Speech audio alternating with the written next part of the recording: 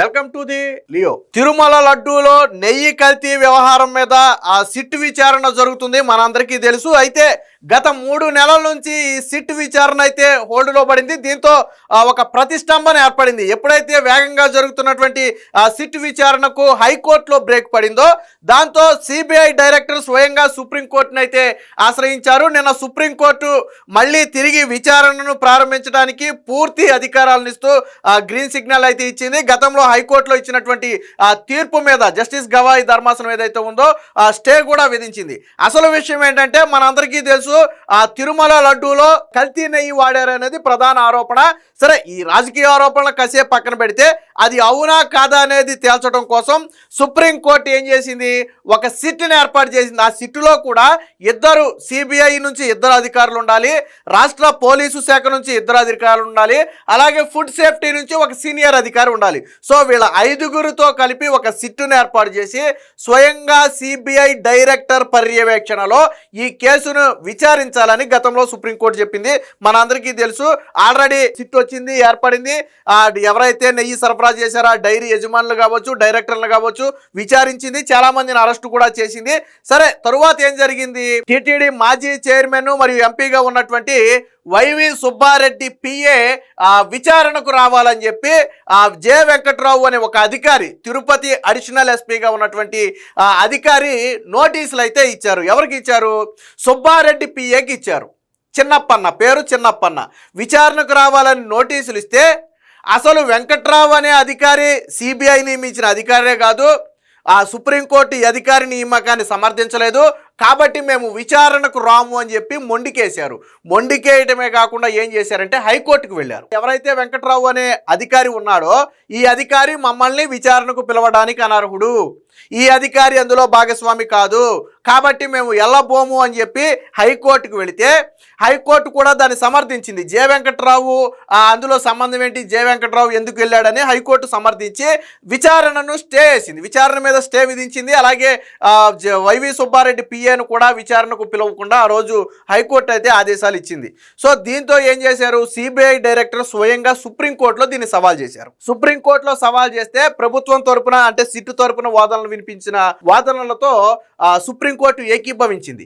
ఏం చెప్పారు వీళ్ళు, వాస్తవానికి దర్యాప్తు మొత్తం కూడా సిబిఐ డైరెక్టర్ పర్యవేక్షణలోనే జరుగుతుంది, అందులో డౌట్ లేదు. ఎవరైతే ఇందులో సభ్యులుగా ఉన్నారో వారందరితో సిబిఐ డైరెక్టర్ ప్రత్యక్షంగా సమావేశం అవటమే కాకుండా ఎప్పటికప్పుడు విచారణ వివరాలను కూడా డైరెక్టర్ తెలుసుకుంటున్నారు.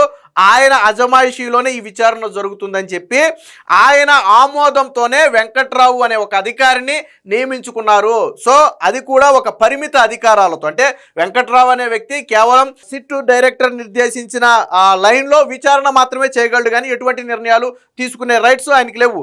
సో ఒక పరిమిత అధికారాలతో ఆయన్ని సిబిఐ డైరెక్టరే స్వయంగా నియమించారని చెప్పి సుప్రీంకోర్టు దృష్టికి తీసుకొస్తే సుప్రీంకోర్టు యాక్సెప్ట్ చేసింది. ఒక సిబిఐ డైరెక్టర్ లేదా ఒక దర్యాప్తు అధికారి తనకు కావలసిన వ్యక్తిని అధికారిగా నియమించుకుంటే తప్పేముంది, తన కింద పనిచేసే ఒక వ్యక్తిని అధికారిగా నియమించుకుంటే తప్పేముంది? ఇందులో మీకు వచ్చిన నష్టం ఏంటి? వెంకట్రావు అనే వ్యక్తి విచారణ చేస్తే మీకు వచ్చిన నష్టం ఏంటి? ఇదే ప్రశ్నను నిన్న ఎవరైతే వైవి సుబ్బారెడ్డి పిఏ తరపున లాయర్ ఉన్నాడో లాయర్ని అడగటం జరిగింది. నిన్న స్వయంగా సుప్రీంకోర్టే నోటీసులు జారీ చేసింది. వైవి సుబ్బారెడ్డి పిఏకి సుప్రీంకోర్టే నోటీసులు జారీ చేసింది. దీంతో వాళ్ళ పరిస్థితి కక్కలాక మింగలాక అయింది. సరే, హైకోర్టులో ఓరట్ వచ్చింది కదా అనుకునే లోపు సుప్రీంకోర్టులో అతిపెద్ద ఎదురు దెబ్బ తగిలింది. పైగా విచారణకు రాను అని మొండుకేయటం కరెక్ట్ కాదు, తర్వాత తీవ్ర పరిణామాలు ఉంటాయని చెప్పి ఒకంత అసహనంతో హెచ్చరిక కూడా చేసింది. సో దీనికి సంబంధించిన వార్త అయితే ఒకటి వచ్చింది, ఒకసారి చూద్దాం.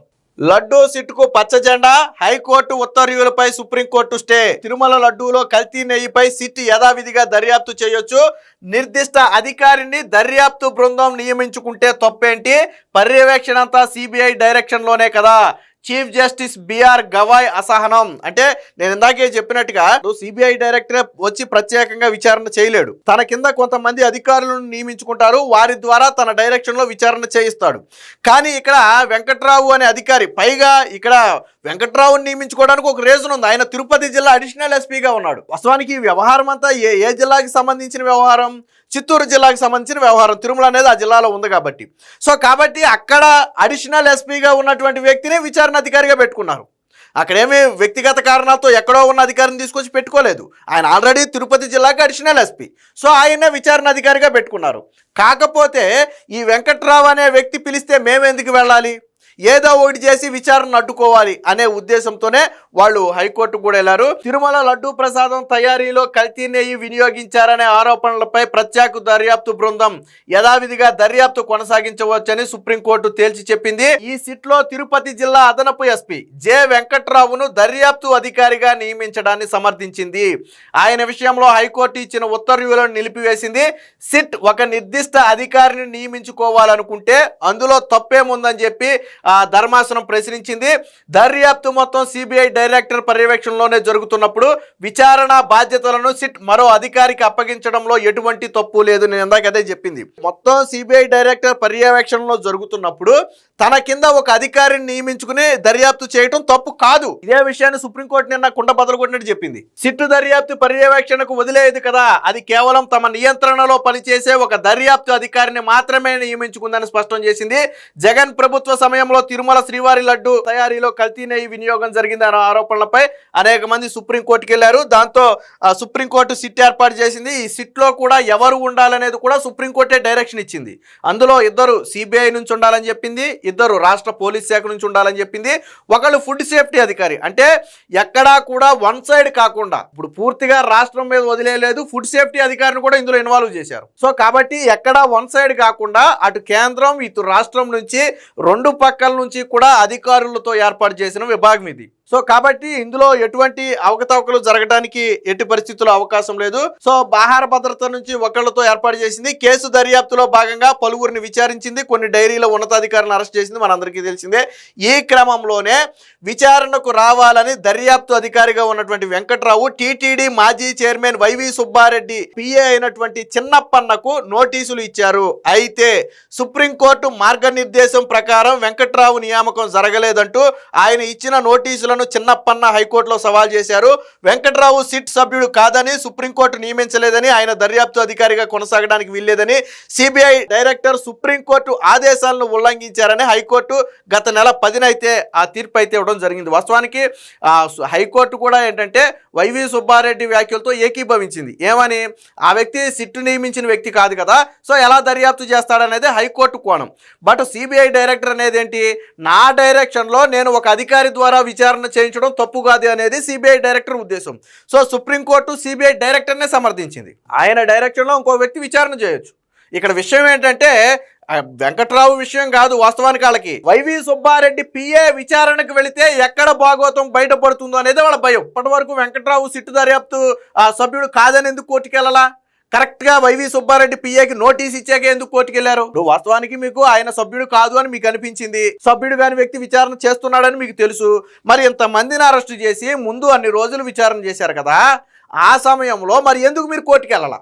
ఆ వ్యక్తిని దర్యాప్తు నుంచి తప్పించండి, ఆ వ్యక్తి ఆ దర్యాప్తు అధికారి కాదు అని ముందు ఎందుకు వెళ్ళాలా? కరెక్ట్గా వైవి సుబ్బారెడ్డి పిఏకి నోటీసులు ఇచ్చాక ఎందుకు వెళ్ళారంటే వైవి సుబ్బారెడ్డి పిఏ నోరు విప్పితే భాగోతం బయటపడద్ది. ఎక్కడ బొక్కలన్నీ బయటపడతాయో, ఎక్కడ తాము ఇరుక్కుంటామనే భయంతో వాస్తవానికి వైవి సుబ్బారెడ్డి పిఏకి హైకోర్టుకి సుప్రీంకోర్టుకి వెళ్ళేంత సీన్ ఉందా? వెనకమాల ఎవరు నడిపించుంటారు? నిజంగా వైవి సుబ్బారెడ్డి నడిపించుంటాడు. ఎందుకంటే ఆయన పిఏ కాబట్టి పిఏ దొరికితే ఎక్కడ బొక్కలు బయటపడతాయనే భయంతో వైవి సుబ్బారెడ్డి పిఏ వ్యవహారంలో హైకోర్టుకి వెళ్ళాడు. సరే, కొంతకాలం ఊరట లభించింది. 3 నెలల పాటు కోర్టు అయితే హోల్డ్ చేసింది. ఇదేమైంది, ఎంటైర్ దర్యాప్తు మీద ప్రభావం చూపింది. ఎప్పుడైతే అధికారి వెంకట్రావు అనే విషయం హైకోర్టుకి వెళ్ళిందో అక్కడ స్టే విధించడం వల్ల ఏమైంది, మొత్తం దర్యాప్తు మొత్తం ఆగిపోవాల్సి వచ్చింది. దాంతో సిబిఐ డైరెక్టర్ ఏం చేశాడు, స్వయంగా ఆయన సుప్రీంకోర్టులో అప్పీల్ చేశాడు. ఎస్, వెంకట్రావు అనే అధికారిని నా ఆమోదంతో నేను నియమించుకున్నాను, ఆ అధికారి ద్వారా నేను విచారణ జరిపిస్తున్నాను, కానీ పర్యవేక్షణ మొత్తం నాదే అని సుప్రీంకోర్టుకి ఆయన చెబితే కరెక్టే కదా, తప్పేముంది అందులో?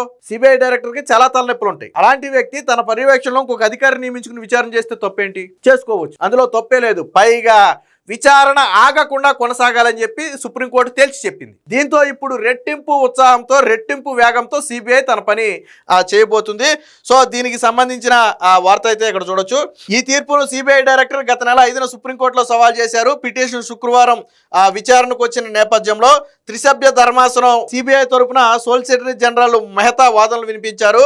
సిట్టు సంపూర్ణంగా సిబిఐ డైరెక్టర్లో పర్యవేక్షణ చేస్తుందని, అందులో సభ్యులందరితో ఆయన సమావేశమై దర్యాప్తును స్వయంగా పర్యవేక్షిస్తున్నారని, వెంకట్రావును దర్యాప్తు అధికారిగా నియమించడాన్ని ఆయన ఆమోదించారని ధర్మాసనం దృష్టికి తీసుకువెళ్లారు. అన్ని అంశాలను క్షుణ్ణంగా పరిశీలించిన తర్వాత వెంకట్రావును పరిమిత పాత్రల్లో నియమించారని తెలిపారు. ఎంతో కీలకమైన కేసులో దర్యాప్తు అధికారి నోటీసులు ఇస్తే విచారణకు రానని చెప్పడం సరికాదన్నారు. అయితే సుప్రీంకోర్టు ఏమందంటే, మీరు నోటీసులు ఇచ్చినప్పుడు ఒక కేసులో మీరు రానని చెప్పడం కరెక్ట్ కాదంటే వీళ్ళు ఏం చెప్పారంటే, లేదండి వైవి సుబ్బారెడ్డి పిఏ చిన్నప్పన్న వాళ్ళు బెదిరిస్తున్నారు, భయపెడుతున్నారు, ఒక రకంగా హింసలకు గురి చేస్తున్నారని చెప్తే సుప్రీంకోర్టుకు ఆగ్రహం వచ్చింది. అప్పుడు మీరేం చేయాలి, మమ్మల్ని బెదిరిస్తున్నారని ఫిర్యాదు చేయాలి, కానీ అసలు దర్యాప్తు అధికారే ఉండకూడదు, ఆ అధికారి పిలిస్తే మేము వెళ్ళనని ఎలా చెప్తారు మీరు అని గట్టిగానే అడిగింది. అది పాయింటే కదా. ఫర్ ఎగ్జాంపుల్ నిజంగా పోలీసులు నిన్ను బెదిరించారు అనుకుందాం, కాసేపు ఆ వెంకట్రావే చిన్నప్పన్నను బెదిరించాడు అనుకుందాం. అప్పుడు నువ్వేం చెప్పాలి కోర్టుకి, ఇలా పలానా అధికారి మమ్మల్ని బెదిరిస్తున్నాడండి, మేము స్వచ్ఛందంగా రావడానికి సిద్ధంగా ఉన్నాం కానీ మమ్మల్ని భయపెడుతున్నారు అని నువ్వు కోర్టుకు చెప్పాలి. అంతేగాని అసలు ఆయన అధికారి కాదు, ఆయన పిలిస్తే మేము రాము ఎలా చెప్పావు, నువ్వు దొరికిపోయావు కదా. మరి నువ్వు చెప్పాల్సింది ఏంటి, ముందు మమ్మల్ని బెదిరిస్తున్నాడని చెప్పాలి. వాస్తవానికి సిట్ నోటీసులు అప్పుడు విచారణకి వెళితే నీకు ప్రాబ్లం లేదు కదా, ఎలాగపోబట్టే బెదిరించి ఉండొచ్చు, ఎలాగపోతే నువ్వు వస్తావా రావని అడిగి ఉండొచ్చు, తప్పేముంది. సో కోర్టు ఒత్తిడి చేస్తే ఈ వ్యాఖ్యలపై సీజే అంటే చీఫ్ జస్టిస్ ఏం చేశారు, అసహనం వ్యక్తం చేశారు. అలా ఒత్తిడి చేస్తే బెదిరింపులు వస్తే ఫిర్యాదు చేయండి, అంతేకాని విచారణకు రాబోమని చెప్పడం ఏంటి అని ఆక్షేపించారు. హైకోర్టు ఉత్తర్వులపై స్టే విధించింది. అలాగే చిన్నప్పన్నకు నోటీసులు జారీ చేసింది. తదుపరి ఇప్పుడు సచ్చినట్టు రావాలి. ఇప్పుడు నోటీసులు ఎవరు జారీ చేశారు, స్వయంగా సుప్రీంకోర్టు జారీ చేసింది. సుప్రీంకోర్టు జారీ చేసింది కదా, ఇప్పుడు రావాలి కదా.